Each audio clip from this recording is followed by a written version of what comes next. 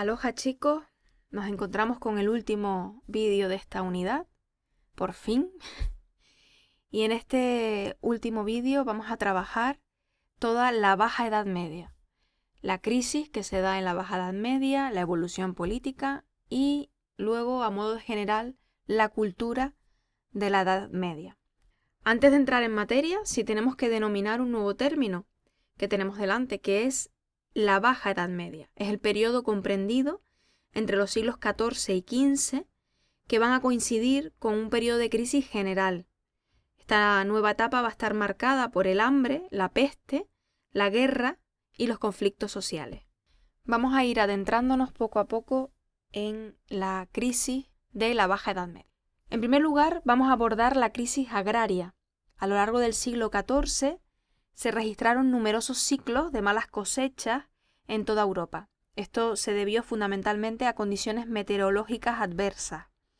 Cada vez que esto ocurría, se rompía este precario equilibrio entre población y recursos y entonces se desencadenaba una crisis de subsistencia.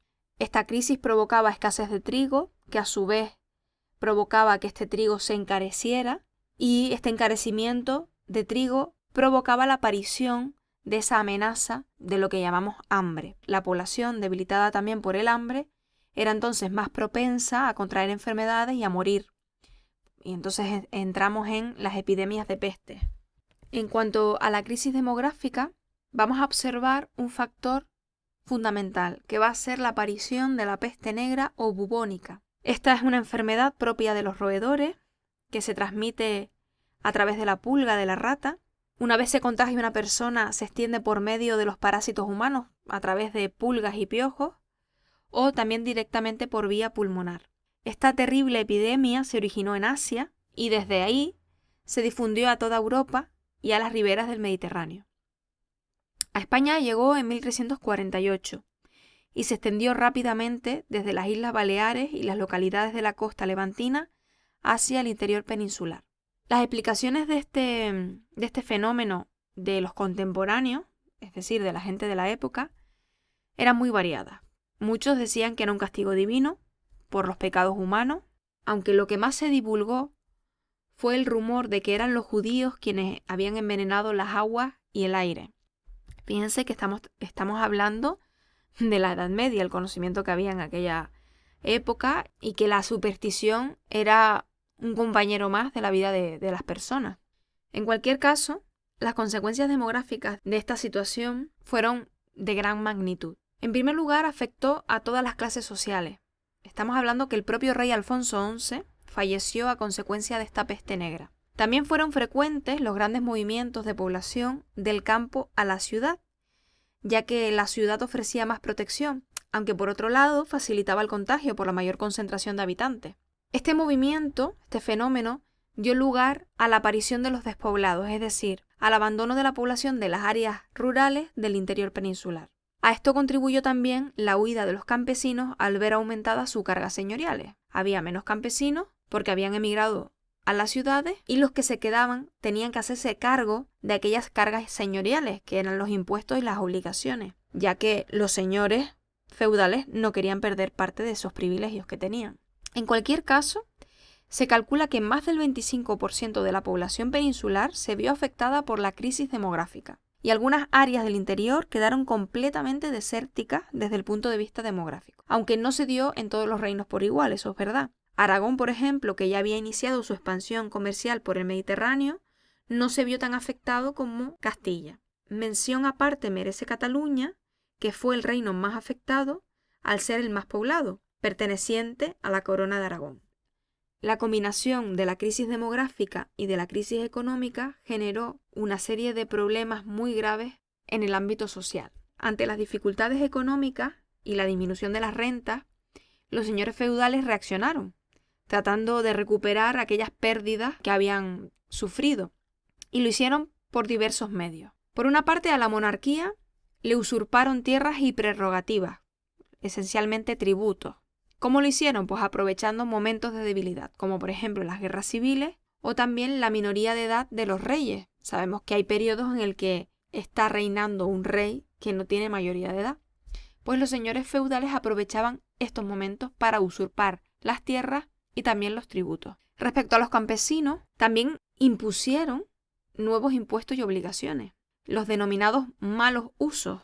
Estos malos usos eran obligaciones feudales que tenían los siervos respecto a su señor. Imagínense por qué podría llamarse malos usos. Pues, por ejemplo, el pago de una multa al señor si una campesina cometía adulterio, que se llamaba cugucia en aquella época. O, por ejemplo, el pago que tenía que efectuar un siervo por recuperar su libertad, lo que se denomina remensa. Pues imagínense cómo se pusieron las botas buscando la manera de sacar dinero por donde fuera. En Castilla, concretamente, se extendió la práctica del arrendamiento de tierras por plazos cortos. Claro, si arrendaban las tierras por plazos cortos, así podían revisar al alza las rentas que les cobraban. En Cataluña, para evitar la huida de los campesinos, los adscribían a la tierra como siervos, solo se les permitía abandonarla mediante la compra de su libertad, que es lo que nombrábamos anteriormente con la remensa. Bueno, esta situación de descontento generalizado de la población desembocó en un estallido impresionante de numerosos conflictos entre grupos sociales. Por una parte, se asiste a rebeliones campesinas de carácter antiseñorial. Entre las más importantes está la revuelta de Armandiña en Galicia, desde 1467 a 1469, o el movimiento remensa en Cataluña, que fue en 1462. En general, estas rebeliones solo pretendían frenar los crecientes abusos de los señores feudales. Por otra parte, también encontramos enfrentamientos en el marco de las ciudades. El conflicto de mayor intensidad fue en Barcelona, con los enfrentamientos entre la Busca y la Viga. Estamos hablando de los enfrentamientos entre la alta y la baja burguesía por el control político y el gobierno de la ciudad de Barcelona. La alta burguesía, que formó un partido llamado Viga, y la baja burguesía, que formó un partido llamado Busca. Y en el año 1453, la Busca se hizo con el poder municipal de Barcelona y la Viga con el de las Cortes y la Generalitat. Y de esta manera se continuó la rivalidad desde las instituciones. El enfrentamiento se complicaría más aún al mezclarse con la guerra dinástica y nobiliaria de los nobles, que estaban aliados con la Viga. Esta guerra fue contra el rey, que estaba apoyado por la Busca. Y de estos enfrentamientos al final sale vencedora la oligarquía catalana, que era la Viga. Y en tercer lugar tendríamos los pogromos contra los judíos. Los pogromos eran linchamientos. El término pogromo fue utilizado en la Castilla medieval para hacer referencia a las matanzas emprendidas contra las comunidades judías. Bueno, pues se hicieron estos pogromos contra los judíos porque el pueblo llano odiaba la prosperidad que estos tenían, la prosperidad económica. A esto se añadió la acusación encima de provocar la peste de 1348. Fíjense ustedes, ni que los judíos fueran una divinidad, que pudieran provocar una peste. Los acusaban de corromper el aire, las aguas, etc. Y esto originó el asalto a las juderías castellanas. Pero el movimiento antisemita más importante se desencadenó en 1391. Estos ataques se extendieron por Andalucía, Levante, Cataluña y también parte de Castilla. Muchos judíos murieron, mientras que otros optaron por pasarse al cristianismo. Surgió entonces esta figura del converso, que era ese judío convertido al cristianismo, pero que siempre estuvo bajo sospecha por su falta de sinceridad religiosa. Bien, una vez vista la crisis en general de la Baja Edad Media, tendríamos que trabajar la evolución política durante este periodo. En el siglo XIV, el mapa político de los reinos cristianos lo conformaban Portugal, la corona de Castilla, Navarra y la corona de Aragón. Las relaciones entre estos reinos fueron cambiantes, pasando en un momento determinado de la alianza al enfrentamiento. Vamos a ver qué ocurre con la corona de Castilla. En política interior, el aspecto más destacable es la pugna entre la monarquía y la nobleza. La nobleza había adquirido una gran fuerza por las riquezas obtenidas durante la Reconquista, y por ello fueron frecuentes las rebeliones de la nobleza en los momentos de debilidad de los reyes. Ya lo hemos comentado hace un momento. La lucha de la monarquía por afianzar su poder se acentuó con Alfonso XI, quien se apoyó en la burguesía comercial y en los judíos para poder obtener autonomía económica y no depender de la nobleza, que era su gran rival. Pero sí es verdad que el principal conflicto se desencadenó con Pedro I. Su intento de someter a la nobleza y a la Iglesia hizo que los dos estamentos apoyaran las pretensiones al trono de su hermanastro, Enrique de Trastámara. Esto provoca una guerra civil, que finalmente gana Enrique y se corona como Enrique II. Y de esta manera se inicia la dinastía Trastámara en la corona de Castilla. El reinado de Enrique II significó un cambio en las relaciones con la nobleza, claro. Había sido apoyado. Gracias a ello subió al poder. Este rey los apoya con abundantes concesiones y comienza un proceso de expansión señorial de la nueva nobleza. Se crea la figura también del mayorazgo, que es una institución fundamental que garantiza la conservación del patrimonio familiar y su transmisión íntegra a los futuros herederos. Con Enrique IV el Impotente, pobrecito mío, se llegó a la máxima expresión de irreverencia hacia la monarquía en la ceremonia burlesca conocida como la Farsa de Ávila de 1465, en los que varios miembros de la nobleza representaron públicamente la humillación y el destronamiento del rey en efigie. Esta lucha se va a cerrar con los reyes católicos, que logran someter a los nobles y así, al recuperar el rey toda su autoridad, pondrán las bases para fundar el Estado moderno. En el aspecto exterior, 3 fueron los centros de interés castellano. Por una parte, el reino musulmán de Granada. En este periodo la frontera apenas se movió, aunque las escaramuzas fueron frecuentes. Luego las rutas marítimas del estrecho de Gibraltar y del mar Cantábrico, fundamentales para desarrollar el comercio con el norte de África y la Europa atlántica. Y por último, en las Islas Canarias. En el siglo XV se inició la conquista de las islas, punto estratégico de navegación por las costas africanas. Gracias a estos señores, hoy somos españolitos. Bueno, ¿y qué ocurre en la Corona de Aragón? También en la Corona de Aragón los problemas políticos se centraron en los enfrentamientos entre el monarca y la nobleza. En esta lucha el rey acabó imponiéndose con el apoyo de la burguesía catalana. Al morir sin descendencia el monarca aragonés Martín el Humano en 1410, se produjo una grave crisis política que se resolvió en el llamado Compromiso de Caspe, 1412, un acuerdo entre los representantes de cada uno de los reinos que componían la corona. Eligieron rey a Fernando I de Antequera, de la familia Trastámara, la misma que reinaba en Castilla. En política exterior, la corona aragonesa orientó su expansión hacia el Mediterráneo. El primer paso se dio con la toma de las Islas Baleares, a la que le siguió la intervención de Pedro III en 1282 en Sicilia. Luego la conquista de Cerdeña por Jaime II en 1324 y el reino de Nápoles por Alfonso V el Magnánimo en 1443. Y como último apartado tendríamos que hablar un poco sobre la cultura hispano-cristiana. En los primeros siglos de la Edad Media, en los reinos cristianos predominó una cultura rural que se desarrolló en los monasterios.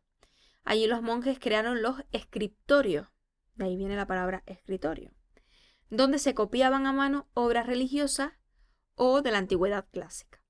De esta manera se fueron creando pequeñas bibliotecas donde se preservó parte de la cultura antigua y del propio saber de la época.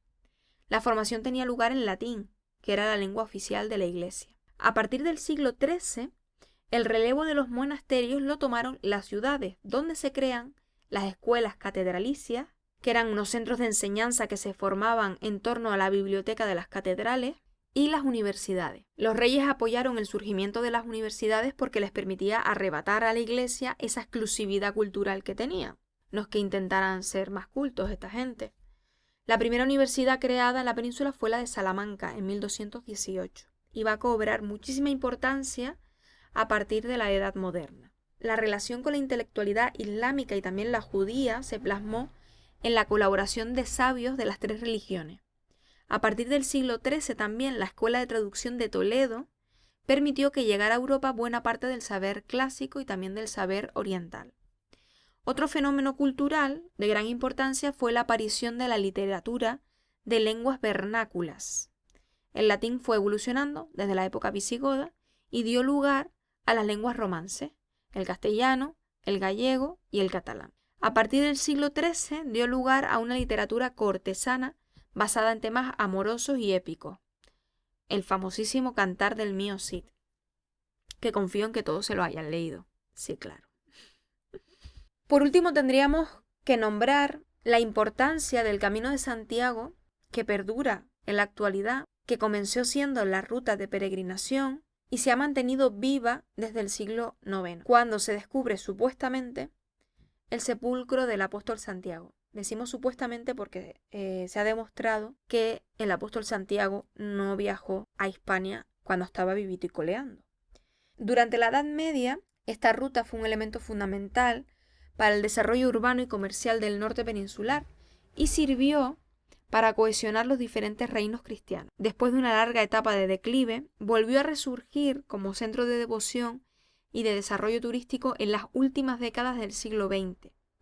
Su trascendencia religiosa pervive, pero se han añadido también otros elementos como la cultura, la naturaleza, la búsqueda personal, el deporte, o sea, ya todos los que recorren el Camino de Santiago no lo hacen exclusivamente por una cuestión espiritual.